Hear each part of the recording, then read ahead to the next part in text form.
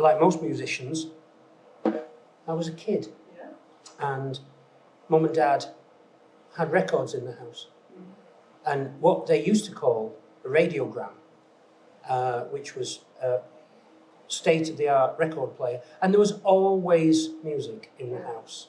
The Shadows, the Spencer Davis Group, the Mindbenders, stuff in the 60s. Yeah.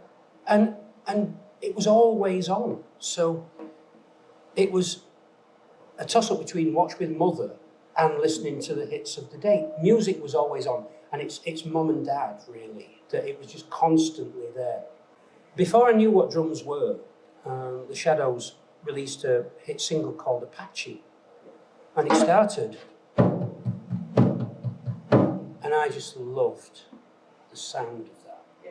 I didn't know what it was, and I didn't know how to do it, but I played it over and over and over again, according to Mum.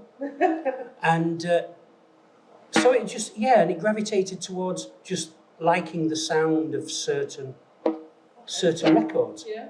Every musician will tell you that. I was probably quite a precocious kid.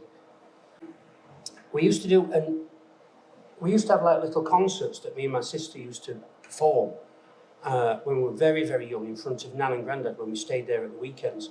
And I got 2 kitchen stools and 2 knitting needles and bashed away to the Shadows records, and I made them clap. I made Nan and Grandad clap to me.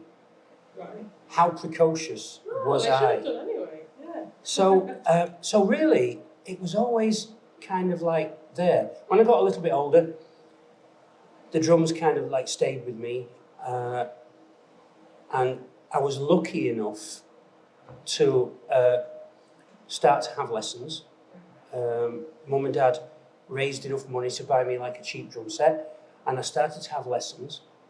And I got into the school orchestra, which was my first gig, my first like proper gig. And I thought, I love this.